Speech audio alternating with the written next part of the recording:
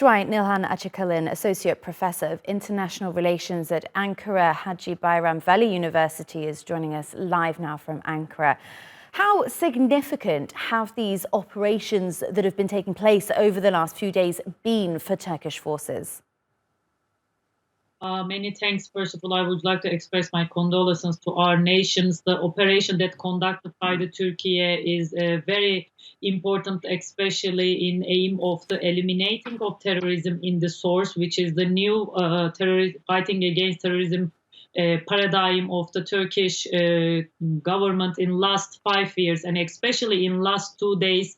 Or we can say that in last 1 week operation is especially important because it's always that the northern Iraq and also the Syria some part of the Syria became again a huge threat to Turkish border and the Turkish security as well. And of course the regional dynamics is quite volatile in last few months.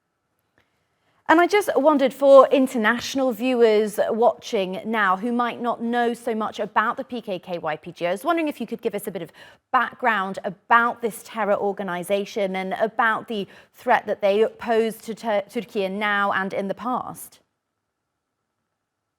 Definitely, it's very important because time to time the Western countries, especially so-called allies of the Turkey, like the America or the other Western countries, try to differentiate the YPG or the PKK, but two of them are the same, and the PKK conducted the terrorist campaign towards the Turkey more than 35 years.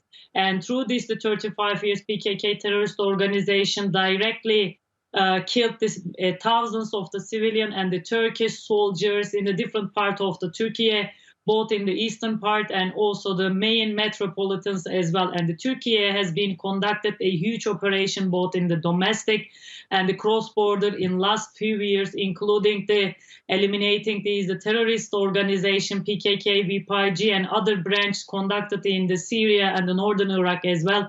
So this fighting against the terrorism is a vital and undeniable part of the Turkish foreign policy and the domestic foreign policy, and the Turkish society will never forget its martyrs. And Suay, we're watching some pictures now of these operations that have been taking place, clearly challenging operations in a very difficult part of the world to operate in. I was wondering if you could tell us a bit more about the bases that these terror groups have in Syria and northern Iraq and how they function out of those bases.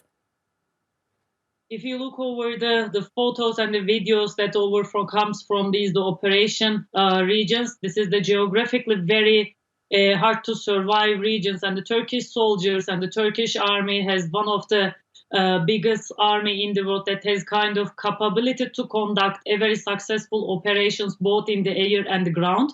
And it also should be known that the Turkish army is very experienced when it comes to these kind of the ground operation, both northern Iraq and the Syrian region, while the fighting against the terrorists. But it's a long-term operations that should be expanded in a very broad region in both northern Iraq and Syria as well. So these regions, especially in the weather conditions and the seasonal conditions, is very tough.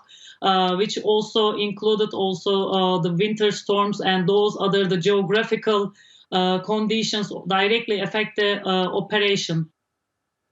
All right, Suay Nilhan Acikalin from Ankara, thank you very much.